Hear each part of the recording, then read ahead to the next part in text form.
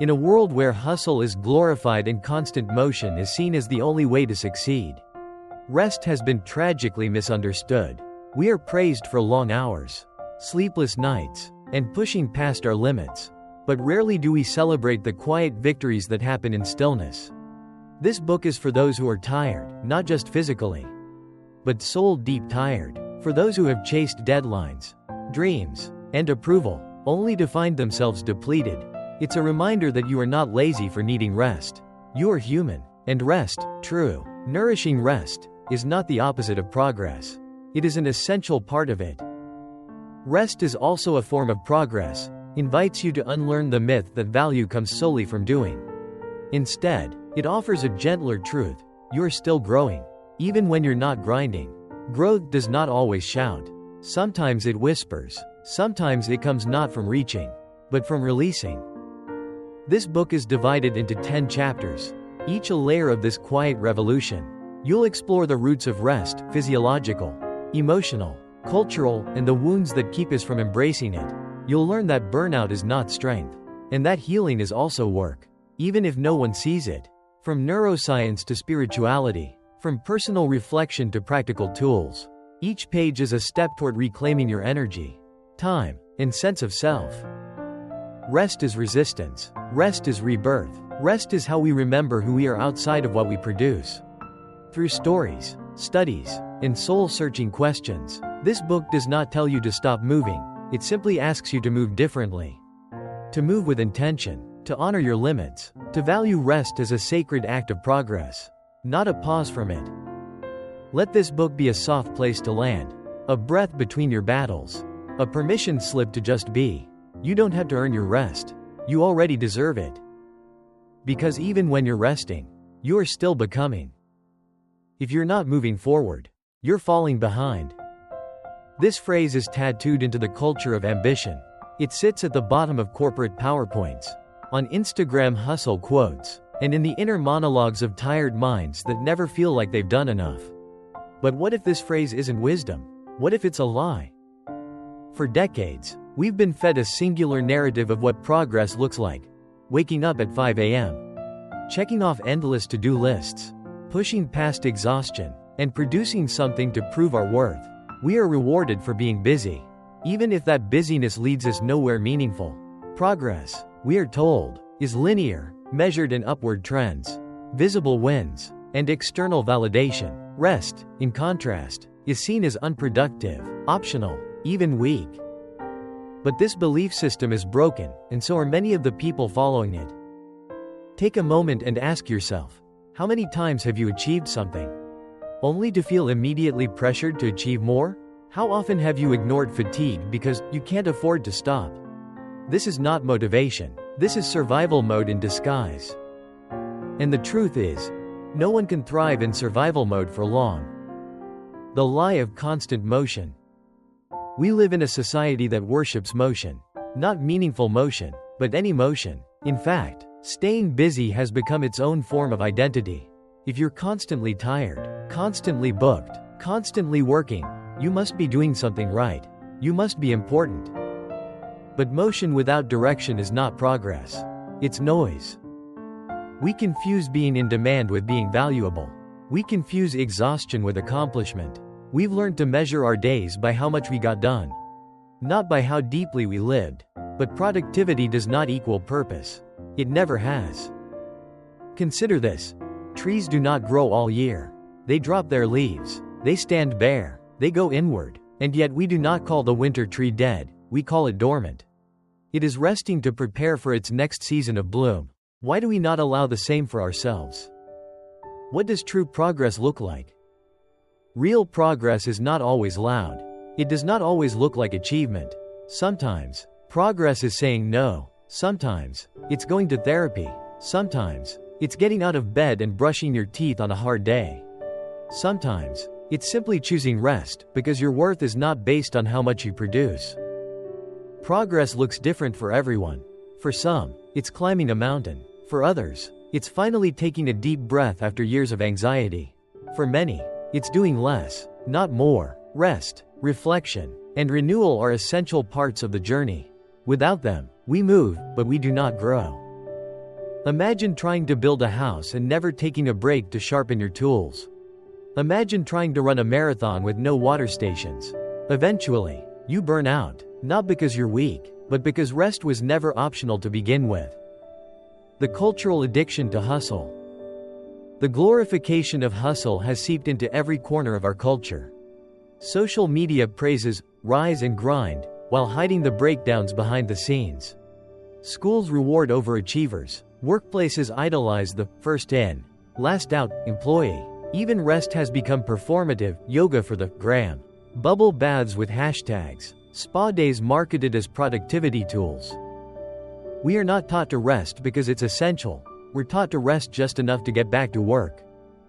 But this is unsustainable. It leads to burnout, anxiety, depression, and disconnection. When we detach from our need for rest, we disconnect from ourselves. We become machines, and we were never meant to live like machines. Rewriting the definition. So, what if we rewrote the story? What if rest wasn't a reward, but a right? What if slowing down wasn't failure, but wisdom? What if not doing was still becoming? You don't have to earn your rest. You don't need permission. You don't need to justify your need for stillness with productivity metrics. You are allowed to breathe, to pause, to heal. You are allowed to exist without performing. This chapter is your first step. A quiet rebellion against the noise that tells you otherwise. A new definition of progress, one that includes peace, one that includes you. Because the truth is, you are not behind. You are unfolding. You are shedding. You are becoming. And rest is not the opposite of progress. It is a sacred part of it. You've just begun to question what society has told you about success and movement. Now, let's move from ideas to insight, into your own biology. The next chapter invites you to understand that rest is not just emotionally essential, it's scientifically necessary. Almost everything will work again if you unplug it for a few minutes, including you. Anne Lamott. We've often been told that rest is a luxury, an indulgence, or something we can catch up on later. But science tells a very different story. Rest is not just good for you, it's fundamental to your brain's ability to function, adapt, and thrive. In this chapter, we'll explore why your body demands downtime, and what happens neurologically and physiologically when you rest, or worse, when you don't. Your brain on rest. What really happens when you pause? At first glance, it may seem that resting means doing nothing, but in fact, your brain is highly active when you're at rest, just in a different way. When you're not focused on external tasks, the brain shifts into what neuroscientists call the default mode network, DMN. This network is associated with internal processes like self-reflection, emotional processing, memory consolidation, problem-solving, creativity. This is why we often have aha moments in the shower or just before we fall asleep. Our minds are finally quiet enough to connect dots in the background. So while you may think you're unproductive lying in bed or going for a slow walk, your brain is busy repairing, resetting, and realigning itself. This behind-the-scenes cognitive activity is just as crucial to your growth as conscious effort. The role of sleep, your overnight detox system. Sleep is one of the most powerful and essential forms of rest. During sleep, your body performs tasks it simply cannot do while awake. Cleansing the brain. A system called the glymphatic system activates during deep sleep, flushing out toxic waste from the brain, including proteins linked to Alzheimer's. Memory consolidation. Your brain files and organizes information gathered during the day, helping you learn and retain better. Emotional processing. Dreaming and REM sleep are key for managing stress and trauma. Without enough sleep, emotional regulation declines rapidly. Chronic sleep deprivation has been linked to increased risk of heart disease, depression, obesity, diabetes, and impaired immune function. In short, without quality rest, your body cannot heal, your mind cannot focus, your heart cannot feel fully. And yet, how many of us consistently sacrifice sleep for work, social pressure, or late-night scrolling? Mental fatigue is real, and it's not laziness. When you feel mentally exhausted, you're not being dramatic. You're running low on vital cognitive resources. Like a smartphone left on all day. Your brain drains battery power through decision-making, multitasking, emotional processing, and stress response. Every time you power through, you're actually diminishing your ability to think clearly, make rational choices, and maintain emotional balance. Mental fatigue reduces creativity, increases errors, inhibits empathy, heightens anxiety, decreases motivation.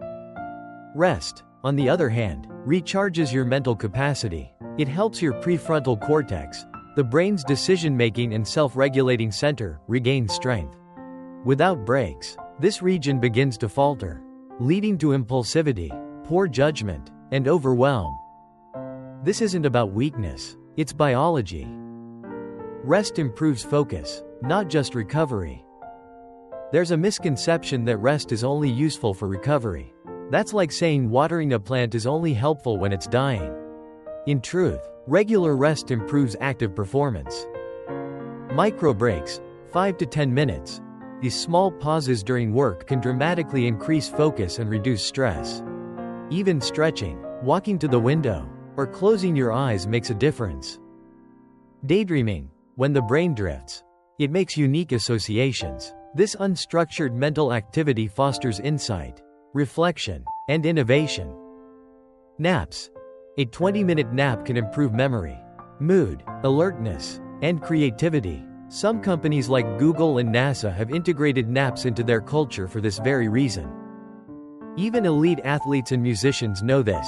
You don't perform at your best by constantly pushing. You perform best when you recover well. The cost of ignoring your brain's need for rest. Let's talk consequences. Ignoring rest doesn't just make you tired, it deteriorates your ability to live fully. Chronic fatigue can manifest in subtle but serious ways.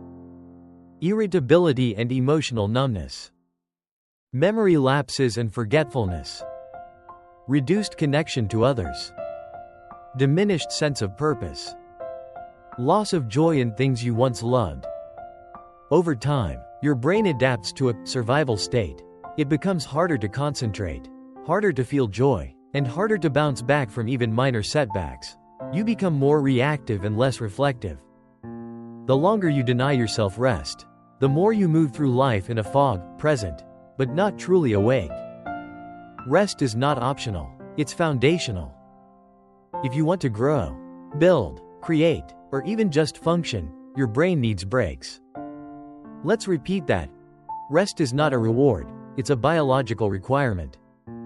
You don't wait until your car is broken down to give it fuel. You don't wait until your phone battery hits zero to plug it in. So why wait until your mind or body crashes to give yourself rest? We've built a culture that celebrates overdrive and undervalues downtime. But science doesn't lie. Your brain thrives not in endless stimulation, but in cycles of activity and inactivity, of tension and release. When you honor these cycles, you don't become less productive. You become more powerful, more precise, and more aligned with what matters. Reflection questions. 1. When was the last time you gave your brain a true break, not scrolling, not watching, but genuinely resting? 2. How do you typically feel after sleep-deprived days compared to well-rested ones? 3. Can you identify small ways to build micro-rest into your daily routine? Rest is not a sign that you're falling behind. It's a signal that you're preparing for something deeper. And now, as you embrace the science, let's go deeper still, into the emotional truth behind rest. Because knowing that your brain needs a break is one thing. Believing you're allowed to take it? That's where real transformation begins. Now that you understand how your body and mind benefit from rest, it's time to confront a deeper wound, the normalization of burnout. Let's talk about why we glorify exhaustion and why it's time to stop. You can't heal in the same environment that made you sick. Unknown. We live in a society where burnout is often mistaken for bravery. Where pushing yourself past exhaustion is not only normalized, it's celebrated. How often have you heard phrases like, "I'm running on fumes," Or, I haven't had a day off in months. Delivered with pride? How often have you said them yourself? Burnout has become a cultural badge of honor. But beneath that badge is a wound, one that's often left untreated, even unacknowledged. It's time to strip the glamour from burnout and tell the truth. You weren't made to break down. The myth of the tireless achiever. There's a hero narrative around the person who works 16-hour days, who never calls in sick, who juggles multiple jobs, side hustles, responsibilities, and still somehow smiles through it all. We call them strong, disciplined, even inspiring. But there's a cost to that performance, and it's steep. Here's the uncomfortable truth. Burnout doesn't happen because you're weak. It happens because you've been strong for too long without rest. It is not noble to pour from an empty cup. It is not brave to work yourself into illness. You are not more worthy because you're worn down.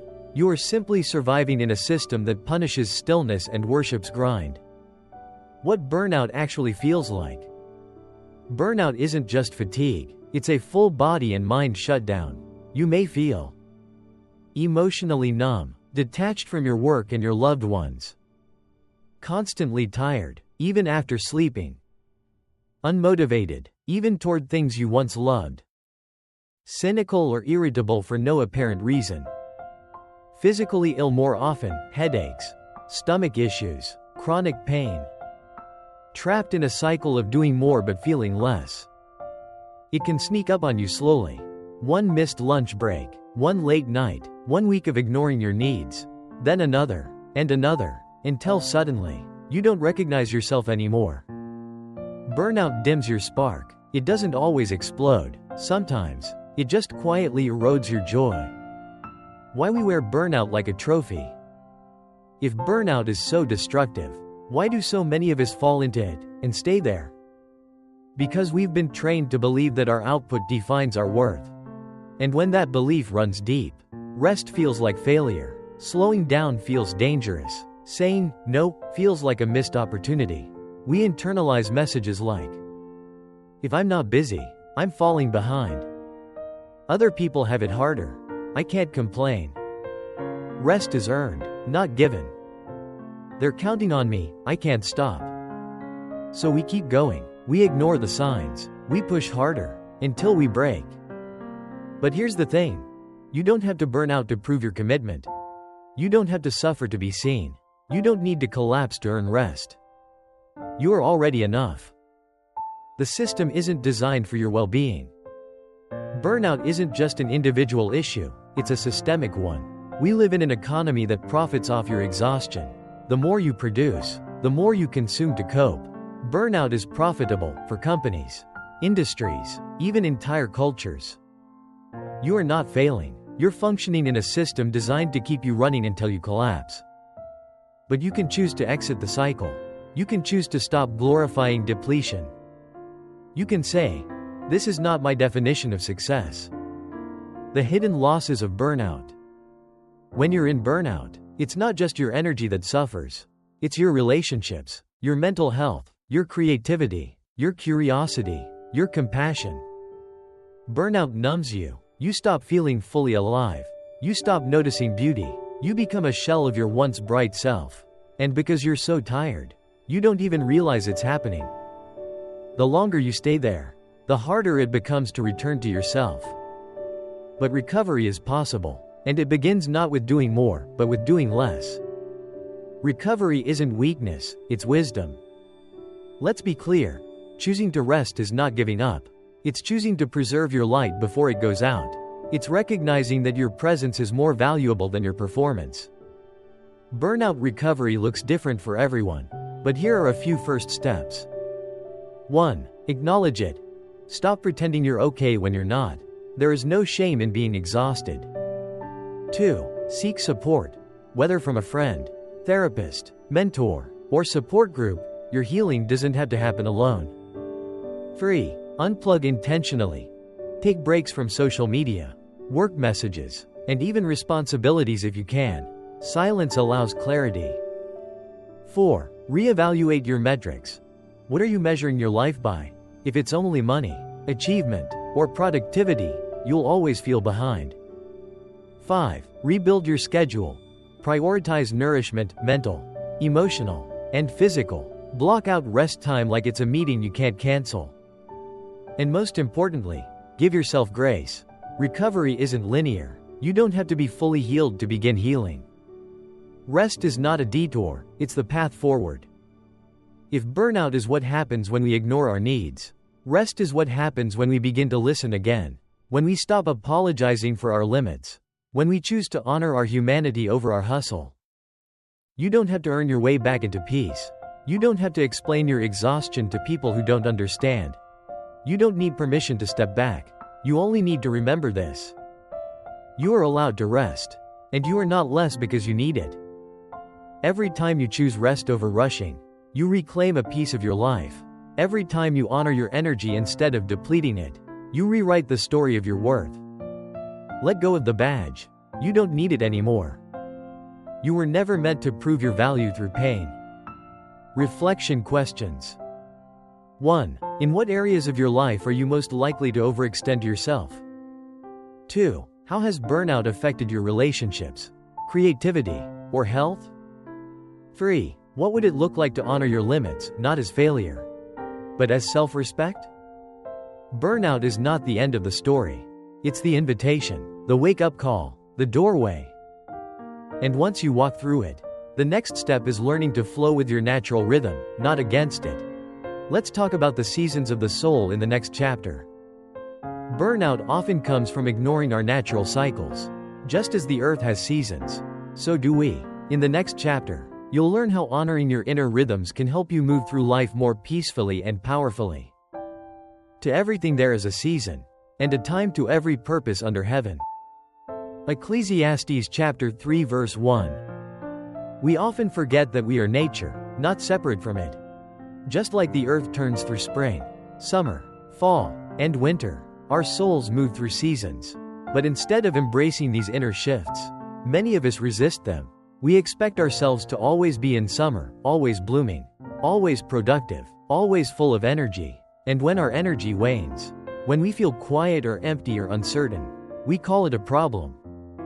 But it isn't a problem. It's a cycle. It's wisdom. And the sooner we learn to honor it, the more whole and peaceful our lives become. Your inner seasons. Imagine for a moment that your emotional and spiritual energy follows a rhythm like the seasons. Spring, new beginnings, inspiration, curiosity, planning. Summer, action, visibility, creativity, energy. Autumn, reflection, pruning, release, slowing down. Winter, rest, retreat, stillness, regeneration. Each season has a purpose. None is better than the other. They all serve the larger cycle of growth. And yet, we tend to praise the spring and summer seasons of our lives, the moments when we're outwardly thriving, and shame the autumn and winter phases, where things feel slower, quieter, or undone. But without winter, there can be no spring. Without rest, there can be no rebirth. Recognizing your current season. Pause for a moment, take a deep breath, ask yourself, what season of the soul am I in right now? Are you filled with energy and ready to start new things? You may be in a spring season. Are you busy creating, sharing, or performing? That's summer. Are you releasing relationships, shifting priorities, or letting go of old dreams? You're likely in autumn. Are you tired, withdrawn, unsure of what's next? That's the deep winter. Many people resist the autumn and winter phases because they don't come with obvious achievement. But these seasons are where the real inner work happens. In autumn, you let go of what no longer fits. In winter, you go inward to remember who you are without the noise. This is not regression, it is transformation. Why we fear slowness.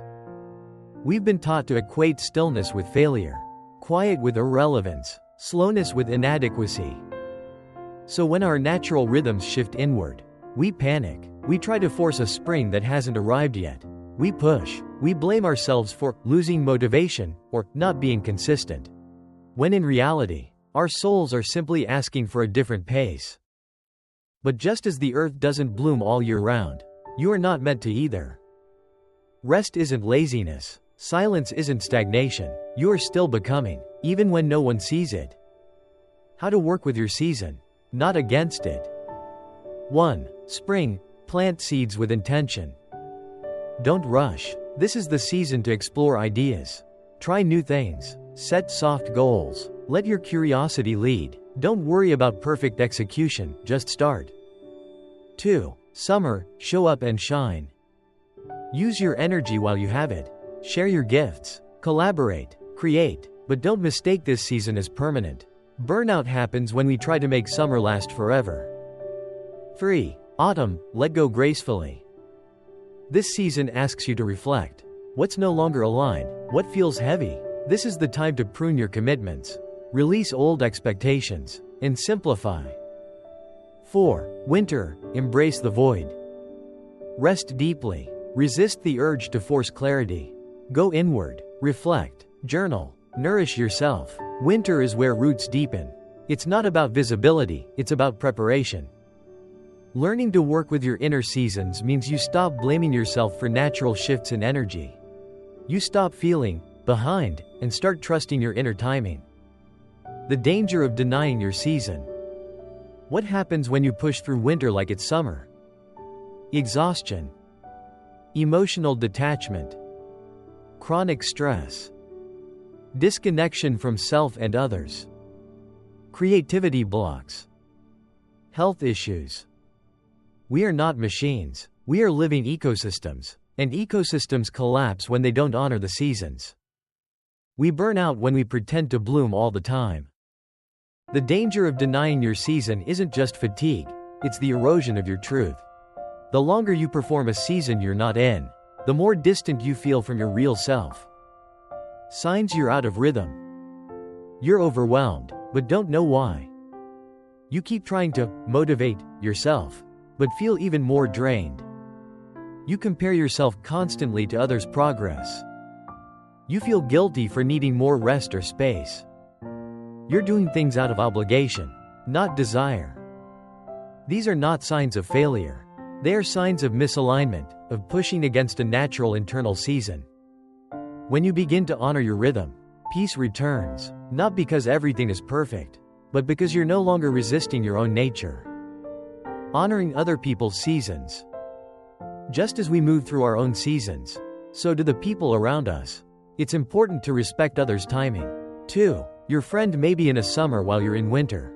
Your partner may be letting go of something while you're trying to start something new. Comparison becomes less useful, and compassion becomes more essential. We're not meant to move in sync all the time. The world needs different energies at different moments. The more we accept that, the more graceful our relationships become. Living seasonally in a linear world. Modern life doesn't cater to seasonal living. It expects performance year-round. But you can create small rituals to reconnect with your inner rhythm. Create winter weekends, where you fully unplug. Build in reflection time during transitions, like the end of a project or a birthday. Follow the lunar cycle or seasonal calendar to check in with yourself. Journal prompts. What season am I in right now? What do I need more or less of? Embrace cyclical self-care, different for each season. You don't need to change your whole life to honor your seasons.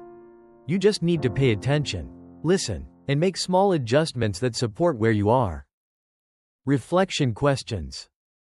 1. What internal season are you in right now? How do you know? 2. What would it look like to give yourself permission to slow down or speed up based on your season? 3. When have you forced yourself into a summer season out of guilt or fear? There's deep freedom in flowing with your seasons instead of fighting them. You begin to trust your process. You begin to embrace your pace. Because when you stop resisting rest and stillness, you open yourself to what's happening beneath the surface, the invisible work of growth. And that's what we'll explore in the next chapter. Once you begin to honor your natural cycles, you'll start to notice the quiet, invisible work that happens when you are still. It's time to pull back the curtain on the silent, potent growth that rest actually brings. Sometimes doing nothing is the most productive thing you can do. Mark Black. We live in a world that demands evidence, proof, tangible results. We're taught to measure progress by visible milestones, degrees, promotions, finished products. And yet, some of the most profound progress we ever make happens in quiet, invisible moments. Moments when we appear to be doing nothing at all. Stillness has a reputation problem. It's often misunderstood as stagnation or passivity. But in truth, stillness is where integration happens. It's where healing takes root, creativity renews, and clarity begins to emerge. Stillness is not idleness. It is active presence without pressure. The inner architecture of stillness. Think of your life like a building. Hustle may be the hammer that drives nails into place. But stillness is the blueprint. It's where you step back, assess the design, and decide if the structure you're building aligns with your values. In moments of stillness, several powerful things begin to take shape. Self-awareness sharpens. With fewer distractions, you're better able to hear your own thoughts, feel your true feelings, and reflect on what matters to you. Unprocessed emotions surface. Stillness creates a safe space for grief, anger, sadness, and even joy to rise, emotions we often suppress in the busyness of life. Your nervous system regulates. Resting in stillness helps shift your body out of fight or flight and into rest and digest, allowing recovery and repair. New insights emerge. With space and quiet, your subconscious connects ideas in fresh ways, giving rise to intuitive knowledge or creative inspiration. None of this is visible from the outside, but it is deeply real. Why we resist stillness? Stillness can feel confronting. When you slow down and remove distractions, you may meet parts of yourself you've been avoiding, the thoughts you've buried, the feelings you've postponed. This is why so many people avoid rest. It's not just the fear of appearing lazy, it's the fear of what silence might reveal. But here's the secret. Those feelings are not there to harm you. They are there to teach you. The pain you've pushed aside, the dreams you've neglected, the tension you've ignored, all of them rise in stillness, not to overwhelm you, but to finally be witnessed. And when they are, transformation begins. Nature's blueprint. Growth in stillness. Look at nature. A seed appears inactive in the soil, but beneath the surface, it's breaking open, anchoring roots, and preparing to rise. The cocoon of a butterfly looks lifeless, but inside, cells are dissolving and reforming into something entirely new. Stillness isn't where growth stops, it's where growth begins. You may not always be able to track your transformation in real time. But just because you can't see progress doesn't mean it isn't happening. Some things take time. Some healing happens in the dark. Stillness versus stuckness. It's important to clarify, stillness is not the same as being stuck. Stillness is a conscious surrender. It's choosing to pause, reflect, and let things settle. There's intention in it. Stuckness is resistance to movement that wants to happen. It feels anxious, pressured, and heavy. You can be still and deeply alive. In fact, some of your most significant breakthroughs will be born from intentional stillness. How do you tell the difference? Ask yourself, am I resting to reconnect, or avoiding because I'm afraid to face what's next? Stillness heals. Avoidance delays. One feeds your soul, the other feeds your fear. Practicing the art of stillness. Stillness doesn't have to mean sitting cross-legged in meditation for an hour. It can be woven into your day in subtle, sacred ways. Silent mornings before the world wakes up. Intentional pauses between tasks, closing your eyes for 60 seconds. Mindful breathing while waiting in line. Journaling without expectation. Walking slowly without music or phone. Lying in bed with no agenda but being present in your body. You don't have to do stillness. You allow it. Make space. Let silence speak. Stillness as integration. When you go through a big life change, ending a relationship, moving to a new city, quitting a job, there is a period where it feels like nothing is happening. This is a crucial phase. It's called integration. In integration, your body, mind, and spirit catch up to what just shifted. It's the recalibration after the quake, the reorganizing of your inner landscape. If you skip this stage, if you rush back into noise and distraction, you rob yourself of the wisdom that the experience was meant to give you. Let stillness do its sacred work. Let it root your lessons into your bones. The courage to be still. In a world that thrives on speed and noise, choosing stillness is radical. It requires courage. It asks you to trust that your worth is not in your busyness, your calendar, or your output. Stillness returns you to yourself, to your breath, to your truth. It softens the noise of the world so you can finally hear what your soul has been whispering all along. And what it whispers may surprise you.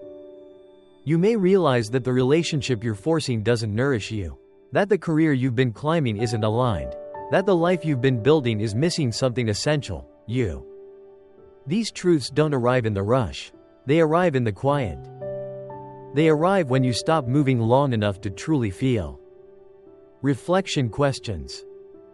1. What comes up for you emotionally when you're alone with no distractions? 2. Have you ever gone through a season where nothing was happening, but later realized it was deeply transformative? 3. What are 1 to 2 small ways you can invite more stillness into your week? You are not falling behind when you rest. You are not wasting time when you're still. You are aligning. You are integrating. You are becoming. And now that you're beginning to experience the invisible work of stillness, there's another layer to explore: your relationship with guilt. Because even when you begin to slow down, guilt often follows. Let's release that next. Recognizing the power of stillness is one thing. Embracing it without guilt is another. In the next chapter, you'll learn how to give yourself permission to pause without shame. Rest is not idleness, and to lie sometimes on the grass under trees on a summer's day is by no means a waste of time.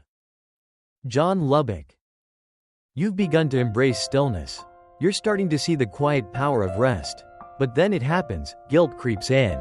That voice in your head whispers, you should be doing something. You're being lazy. You're falling behind. Sound familiar? If you've ever felt guilty for resting, know this: you're not alone, and you're not broken. We've been culturally conditioned to link our worth to our productivity. So when we pause, we fear we're losing value. But here's the truth you need to anchor deep within your being. You do not need to earn your right to rest. You are already worthy of it. The origins of guilt around rest. To release guilt, we must understand its roots. Most of us were raised in environments, at home, in school, at work, where output equaled approval. Got straight A's? You were praised. Helped clean the house? You earned attention. Finished your work early? You were responsible. We learned early that productivity led to love, recognition, or safety, so we began to equate rest with failure or laziness. Then, as adults, this guilt was further reinforced. Workplaces glorify overtime and burnout. Social media highlights grind culture. Even self-care is marketed as something to optimize for better performance. In this landscape, rest becomes radical. Choosing to pause is seen as nonconformity, and that's exactly why it's so important. The psychological weight of guilt. Guilt is an emotion designed to guide us. When we violate a moral code, lying, hurting someone, we feel guilt because we've done something wrong. But modern guilt is often misplaced. We feel guilty not because we've done wrong, but because we've internalized harmful beliefs. That we must always be available. That success means exhaustion. That our value is conditional. When you feel guilty for resting, it doesn't mean you're lazy. It means you're carrying invisible rules that need to be rewritten. Rewriting the rules. Here are some new truths to internalize, deeply and unapologetically. 1. Rest is a human need, not a luxury. You need rest like you need water. It is not optional. 2. Your worth is not tied to how much you produce. You are valuable simply because you exist. 3. Rest improves your relationships, health, and creativity. It makes you a better friend, partner, parent, and leader. 4. Doing nothing is often doing the most important thing. Restoration fuels every other part of your life. Let these truths become your new foundation. Signs you're resting with guilt. How can you tell if guilt is shadowing your rest? You check your phone compulsively during downtime. You apologize for taking breaks. You say, "I should be doing something," while resting. You try to multitask even when you're meant to relax. You plan how to make up for it later. If this resonates, you're not resting fully, you're bargaining with rest. And that's not peace, that's performance. Replacing guilt with permission. Let's turn guilt into permission. You are allowed to take naps in the middle of the day. Do absolutely nothing on a Sunday. Read fiction with no educational value. Sit outside and stare at the clouds. Say no to plans because you need space. Log off, shut down, and disappear for a while. You're allowed, you always were. Give yourself that permission, without an apology. Healing generational guilt. Many of us come from families who never rested. Parents or grandparents who worked multiple jobs, who equated survival with self-sacrifice. You may be carrying their guilt, the inherited belief that if you're not struggling, you're not trying hard enough. But hear this with love. Their sacrifices do not demand your suffering. In fact, your healing honors them. Your rest rewrites the narrative. You are not lazy, you are the result of their dreams. They worked so you could have choice. Don't just survive, heal, rest, flourish. That is your inheritance. Resting without earning it. One of the biggest lies we believe is that we must earn rest. That we can only take a break after we've done enough. But rest isn't a reward, it's a rhythm. Consider nature. The tides ebb and flow. Trees shed and bloom, even the sun sets. Everything in nature honors cycles, and so should you. Waiting until you've burned out to rest is like waiting until you're dehydrated to drink water. It's reactive, not sustainable. You don't need to justify your rest, you just need to allow it. Daily practices to dissolve guilt. If guilt is deeply wired into your system, releasing it will take time. Here are gentle practices to begin. Affirmations. Try, I am allowed to rest. My value is not defined by my productivity. Rest rituals. Build rest into your day. Light a candle, drink tea. Set the tone for ease. Guilt journaling. Write down the specific thoughts that arise when guilt shows up. Challenge them. Body scans. Rest guilt often shows up in the body, tight chest, tension in the jaw. Notice, breathe, release. Rest role models. Surround yourself with people or creators who honor sustainable living. Normalize it. The freedom of rest without shame. Rest without guilt is powerful. It makes you more grounded, more intuitive, more creative. It makes you better at everything else, not because you did more, but because you returned to yourself. This isn't laziness, it's wisdom. Your nervous system isn't designed for constant demand. Your soul isn't fed by endless hustle. You are not here to be a machine. You are allowed to pause, not because you're broken, but because you are sacred. Reflection questions. 1. When do you feel most guilty for resting? 2. What belief do you hold about productivity that you're ready to release?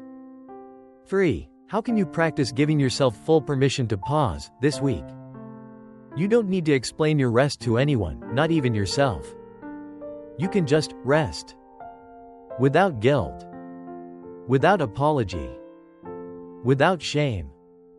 And when you do, something beautiful happens next. You begin to reconnect with your natural rhythm. Now that you're starting to release guilt, it's time to explore the deeper cultural forces at play. Rest is not just personal, it's political.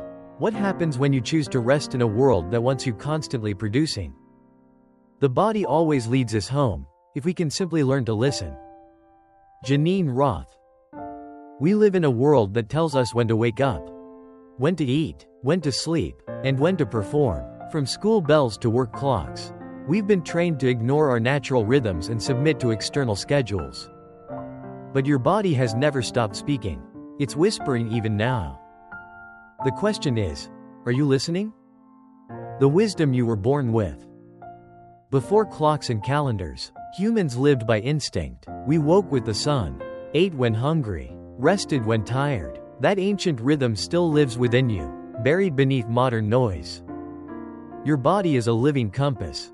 It knows when you need sleep, when you need stillness, when to move, cry, or celebrate, when your boundaries have been crossed, when your soul is asking for space. But we've become so conditioned to override these signals with caffeine, deadlines, and guilt that we forget the most primal truth. Your body is not a machine. It is a messenger. Signs you've lost touch with your rhythm. Let's be honest, many of us have forgotten how to truly feel. Here are signs that your internal rhythm has been drowned out. You feel exhausted even after sleep. You eat based on the clock, not hunger. You ignore your pain, hoping it'll go away. You feel guilty for taking breaks. You've forgotten what joy and lightness feel like in your body. You can't remember the last time you felt in sync with yourself. If this is you, take a deep breath. There's no shame here, just a gentle invitation to come home to yourself. The body knows before the mind does. Think about the last time you said yes when you meant no. Your body knew. Maybe your stomach tightened, maybe your heart sank, but your mind overruled it because you didn't want to disappoint someone, or seem lazy, or seem weak. But the truth is, the body never lies, and the more you ignore it, the louder it will speak through tension, illness, burnout, or breakdowns. The journey of reclaiming your rhythm is about trusting your body again as the sacred, intuitive guide it's always been. Listening, the first act of healing. To tune in, you must first get quiet. Turn off the notifications. Step away from the noise. Close your eyes. Breathe. Now ask. Body, what do you need? It might say, I need to stretch. I need water. I need to cry. I need to rest. I need to stop pretending I'm okay. Your only job? Listen and honor it. Building a restful rhythm. Reclaiming your rhythm doesn't mean escaping life's responsibilities. It means creating a flow that honors both your needs and your reality. Here's how to begin. 1. Wake gently. Instead of rushing into your day, give yourself 5 to 10 minutes of quiet. Let your body fully arrive. 2. Move intuitively. Don't force intense workouts if your body's craving a walk or stretch. Movement should feel nourishing, not punishing. 3. Eat when hungry, not on schedule. Reconnect with real hunger. Let your body lead, not the clock or food rules. 4. Rest before you're empty. Don't wait until burnout. Rest proactively, like brushing your teeth before cavities show up. 5. Practice mini check-ins. Throughout the day, pause and ask, what do I need right now? It's a simple way to realign. The rhythm of nature is your teacher. If you're struggling to find your rhythm, look to nature. Nature never rushes, but everything gets done. The moon waxes and wanes. The tide comes in, then recedes. Trees bloom, then shed, then bloom again. You are not separate from this. You are nature in motion. When you force productivity in your winter seasons, you disrupt the cycle that was meant to protect you. Let go of artificial timelines. Honor your seasons. Reclaiming rest in a chaotic world. But I can't afford to slow down. You might say, I have bills, a family, a job. Yes, life is real, but even within that, you can carve out small rituals that realign you. Close your eyes and breathe for 1 minute before meetings. Take a short walk at sunset without your phone. Create a bedtime wind-down ritual, even if just 10 minutes. Stretch while the kettle boils. Sit in silence in your car before going into the house. These tiny acts say to your body, I see you. I hear you. I care about you. And over time, your body begins to trust you again. The sacred power of saying number. Another essential rhythm? Boundaries. You cannot stay in sync with yourself while constantly overcommitting to others. Rest means saying, "No, I can't make it tonight. I need some time alone. I'm going to take tomorrow off. I'm not available for that right now." Every time you say no to what drains you, you say yes to your rhythm. Reclaiming pleasure and play. Rest isn't just stillness, it's also joy. Ask yourself, when was the last time you danced without thinking? Or laughed until your stomach hurt? Or played like a child? Joy is restorative. It resets your nervous system.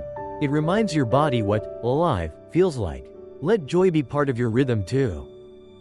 From burnout to balance. This isn't about becoming perfect at listening to your body. You're allowed to forget. You're allowed to fall out of sync. The gift is, you can always return. Every moment is a new invitation. Every breath is a reset. Your body will wait for you, patiently, faithfully, until you remember that you belong to yourself. Reflection questions. 1. What is your body trying to tell you right now? 2. Where in your life are you forcing rhythm instead of following it? 3. How can you begin honoring your body's needs, even in small ways? You don't need a new productivity hack. You need to come back to your rhythm. And once you begin listening again, you'll realize something magical. Your body knows how to lead you home. Next, we'll explore how honoring your rhythm can spark new waves of creativity, clarity, and purpose in. To protect your energy in a demanding world, you must learn to set firm yet compassionate boundaries. Next, we'll explore how to preserve what nourishes you and say no to what drains you.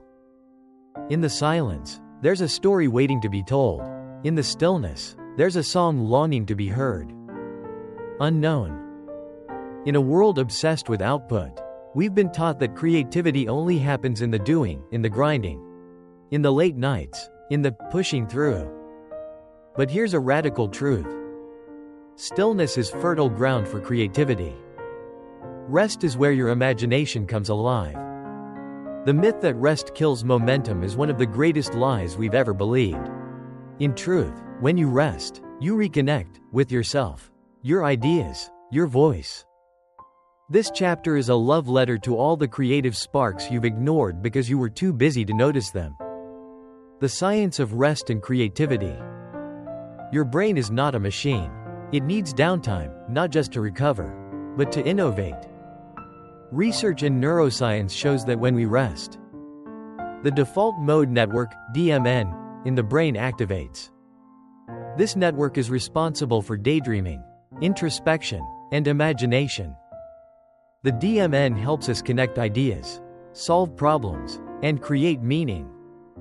This means that when you're doing nothing, lying on the couch, staring out the window, walking quietly, you're actually doing something deeply productive. You're inviting insight. Some of the world's greatest breakthroughs, Einstein's theory of relativity, Newton's gravity revelation, Mozart's symphonies, emerged from quiet, from solitude, from stillness. Why busyness blocks brilliance?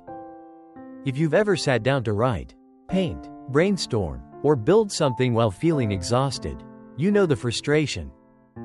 Words don't flow. Ideas feel flat. Nothing feels original. You keep checking your phone, hoping for inspiration. This is not a failure of talent. It's a failure of recovery. You can't be imaginative when your brain is in survival mode.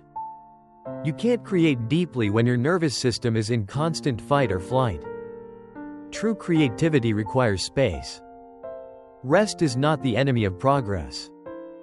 There's a rhythm to creativity. Input right pointing arrow, rest right pointing arrow, insight right pointing arrow, output. Most people skip the rest part. They go from input to forced output, wondering why it all feels dull. But rest is the magical middle space where everything comes together. It's where your subconscious gets to work, weaving threads of memory, experience, and inspiration into something new. That's not laziness, that's artistry. The power of boredom and silence. In our overstimulated world, boredom is a lost art. But boredom is not a problem, it's a portal. When you let yourself be bored, without reaching for a screen or a task, you create a vacuum, and into that vacuum comes new ideas, half-forgotten dreams, unfinished thoughts, old memories with new meanings. A voice inside you that's been waiting to speak. Try this. Spend 20 minutes doing nothing, not meditating, not journaling, just sitting with yourself. You might be surprised what arises. The inner world comes alive in rest. When you stop rushing, you begin to notice that book you've always wanted to write, that dream you put on a shelf 5 years ago, that part of you who wants to paint again, that idea that makes your chest expand with excitement. These inner whispers don't compete with noise. They wait patiently for stillness. Rest is the doorway to rediscovering your truest self. Creativity isn't just art, it's problem solving. Even if you don't see yourself as a creative person, you are. You solve problems at work. You parent with resourcefulness. You manage relationships with empathy. You cook, clean, schedule, build, communicate. All of that requires creativity, and all of it is enhanced when you give yourself room to breathe. Think of rest as a charging station for your clarity and creativity. Without it, your brilliance fades. Real-life moments of insight from rest. Let's look at real people who've tapped into the creative power of rest. J.K. Rowling got the idea for Harry Potter while sitting on a delayed train, gazing out the window. Steve Jobs was known for his long walks and periods of stillness that led to Apple's most innovative products. Maya Angelou would rent hotel rooms just to sit alone, away from distractions, and let her writing emerge. They didn't chase ideas, they made space for ideas to find them. So can you. Creating space in your life for restful creation. If you want to bring more creativity into your life, whether that's art, writing, ideas, business growth, or simply fresh ways to live, start here. 1. Schedule empty space. Block out time for creative rest. Don't plan what will happen. Just be. 2. Unplug often. Silence the noise. Go on a walk without headphones. Sit on your balcony. Let your senses awaken. 3. Slow your mornings. Wake up without checking your phone. Stretch. Breathe. Ask your mind what it wants to play with. 4. Let yourself daydream. Don't fill every quiet moment. Let your mind wander. Follow its lead. 5. Trust the pause. If you feel stuck, take a break. Step away. Let the answer come to you instead of forcing it out. The courage to stop and create. Resting in a world that equates stillness with failure is an act of rebellion. But it's also an act of love. Love for your mind. Love for your soul. Love for the brilliance inside you that's just waiting for a sliver of silence to be heard. So let yourself pause. Let yourself listen. You are most alive, not when you're the busiest, but when you're the most present. Reflection prompts. 1. When was the last time you felt a creative spark during stillness? 2. What's a wild idea that keeps returning to you in moments of rest? 3. How can you start building more empty space into your life? Your next great idea isn't buried in more doing. It's waiting quietly in the spaces you've yet to slow down enough to feel. Boundaries are the foundation, routines are the structure. Now that you've protected your energy, it's time to design restful rhythms that help you grow, without burning out again. You cannot heal in the same environment that made you sick. Sometimes, the first step is simply stopping. Unknown. We often think of healing as something active, therapy sessions, journaling, breakthroughs, and big decisions. While all those are important, there's another path, one that's quieter, slower, but just as powerful. That path is rest. In this chapter, we'll explore how rest is not just for your body, but for your soul. It's a sacred space where your emotional wounds get to breathe, soften, and begin to heal.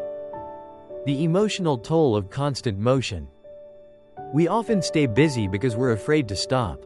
Why? Because silence brings awareness, and awareness brings emotions we've buried under the weight of doing. Here's what happens when we never rest. Grief remains hidden under productivity. Anxiety becomes normalized in our nervous system. Loneliness is camouflaged by digital connection. Burnout is mistaken for not trying hard enough. We keep moving to outrun the feelings, but they always catch up. Rest doesn't bring new wounds. It simply reveals the ones that were already there, quietly asking to be seen. Rest is a safe space to feel. True rest is not just about sleeping or watching TV. It's about reconnecting with what's inside you. When you slow down, you might feel that unprocessed sadness from years ago. That anger you've been suppressing. That disappointment you've been avoiding. That longing for something more. And while that may sound heavy, it's actually healing. Because every emotion you allow yourself to feel is an emotion you're no longer holding hostage inside your body. Your nervous system needs safety to heal. Healing doesn't happen when your body is in fight or flight. It happens when you're in rest and digest. This is your parasympathetic state, the state where your body feels safe enough to slow your heart rate, deepen your breathing, release stored tension, access deeper emotional insight. That's why true rest, deep, intentional, soul-aligned rest, is a therapeutic tool. It's not the avoidance of pain. It's the creation of safety, so you can finally face the pain with compassion. Stillness brings clarity. How many times have you said, "I don't know why I'm upset. I just feel off, but I can't explain it. I'm numb, I feel disconnected."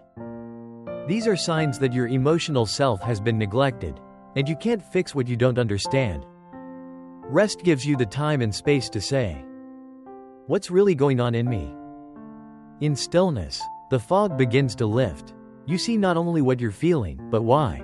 That awareness alone is often the beginning of healing. Rest can help you process emotional pain.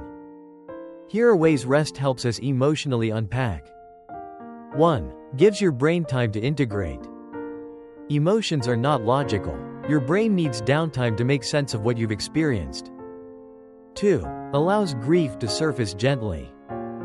When you rest, you give your heart space to mourn, whether it's a relationship, a version of you, or an unfulfilled dream. 3. Releases stored tension in the body. Your body holds emotional pain. Rest practices like gentle stretching, meditation, or warm baths allow that energy to move. 4. Invites self-compassion. In the quiet, you might finally say, "I'm hurting, and that's okay." That is emotional progress. You don't have to earn rest. Here's something you may have never been told. You deserve to rest, especially when you're hurting. You don't have to prove your pain. You don't have to be falling apart in public for your healing to matter. You don't need permission to slow down, cry, reflect, and recover. In fact, choosing to rest instead of numbing, pushing, or denying is one of the most courageous things you can do. Rest is ritual, creating healing space. You can create intentional rest spaces that invite emotional healing. Here's how. Create a feel your feelings corner. A blanket, candle, journal, soft light, make it sacred, visit it often. Turn off the noise. Silence helps you hear what your heart is saying. Let your body guide you. If you feel tired, lie down. If you feel restless, go for a slow walk. Trust your intuition. Speak to your emotions. Try asking, "What are you trying to teach me?" Or, "What do you need today?" Use gentle language with yourself. Replace, "What's wrong with me?" with, "What am I carrying that I haven't unpacked yet?" Letting go in the quiet. Sometimes, Rest is when you realize you don't need to fix everything. You just need to let go. Let go of old beliefs about your worth, expectations you never agreed to, people you can't please, stories you've outgrown. In the quiet, you might realize healing isn't about becoming someone new. It's about coming home to who you always were. And rest is the front door to that home. A note on emotional exhaustion. If you've been emotionally tired for years, rest may not feel restful at first. That's okay.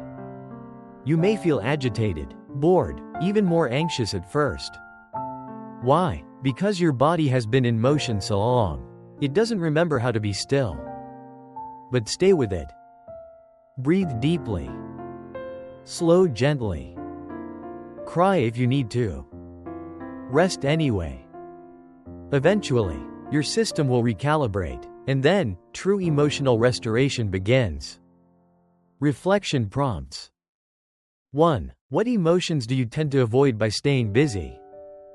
2. How do you feel after periods of true rest? 3. What's one way you can create a safe space for emotional unpacking this week? Rest isn't weakness. It's wisdom. It's your inner self asking for care, not correction. In the next and final chapter, we'll explore how to live a balanced life that honors both rest and growth with routines in place and your energy reclaimed. The final chapter is a gentle invitation forward. It's about progress that feels like peace. Breath by breath, you will move, not urgently, but intentionally. Life is a balance between rest and movement. The art lies in knowing when to lean into each. Rolf Gates.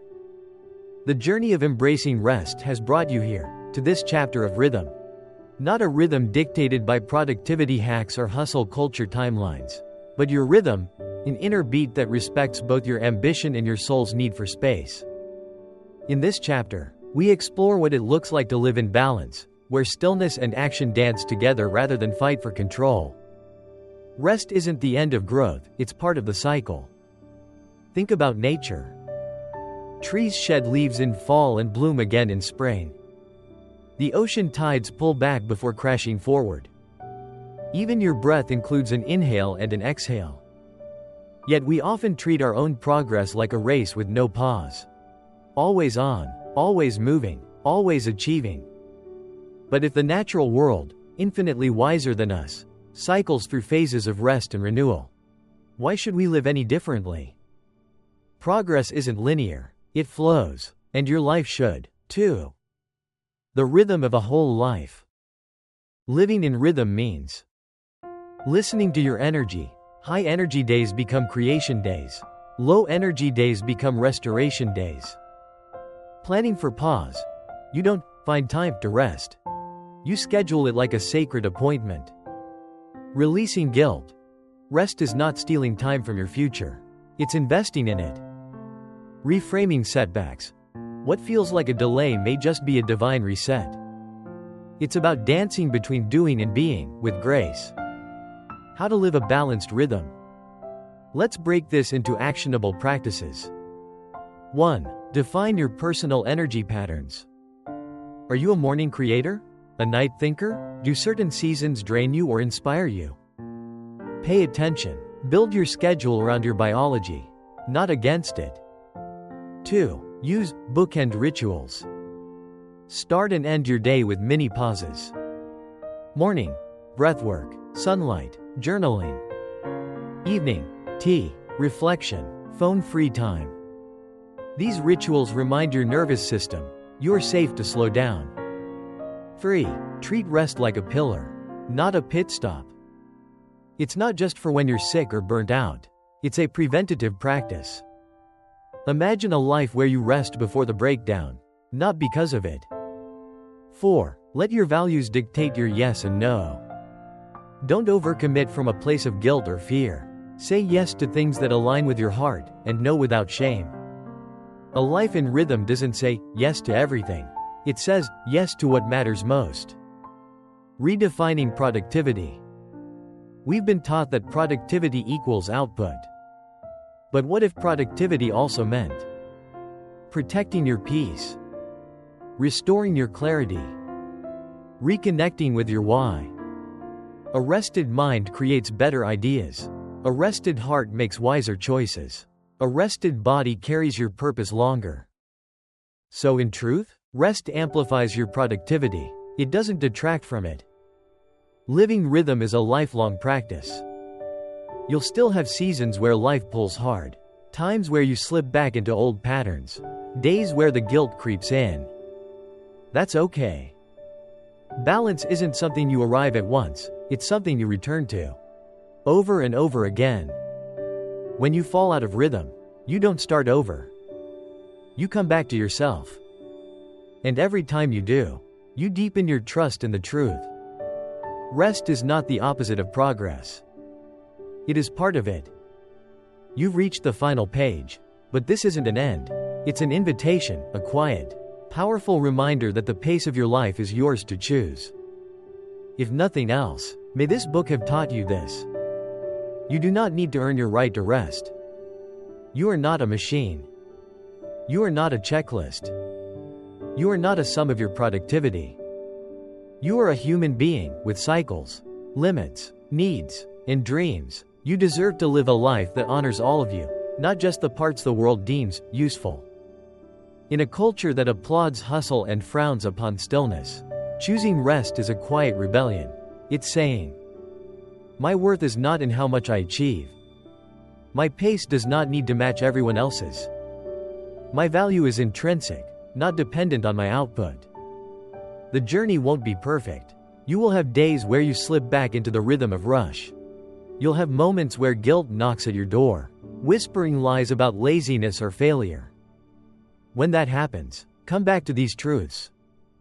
You are allowed to pause. You are allowed to protect your peace. You are allowed to grow slowly. And most of all, you are progressing, even when you're resting.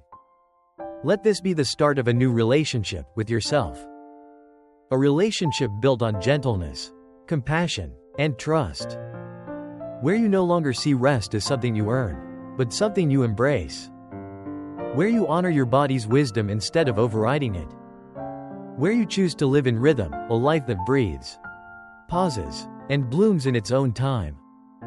So if you're tired, rest. If you're confused, get still. If you're overwhelmed, soften. And know, you are not falling behind. You are unfolding, recalibrating, returning to center. That is progress. And you're doing better than you think.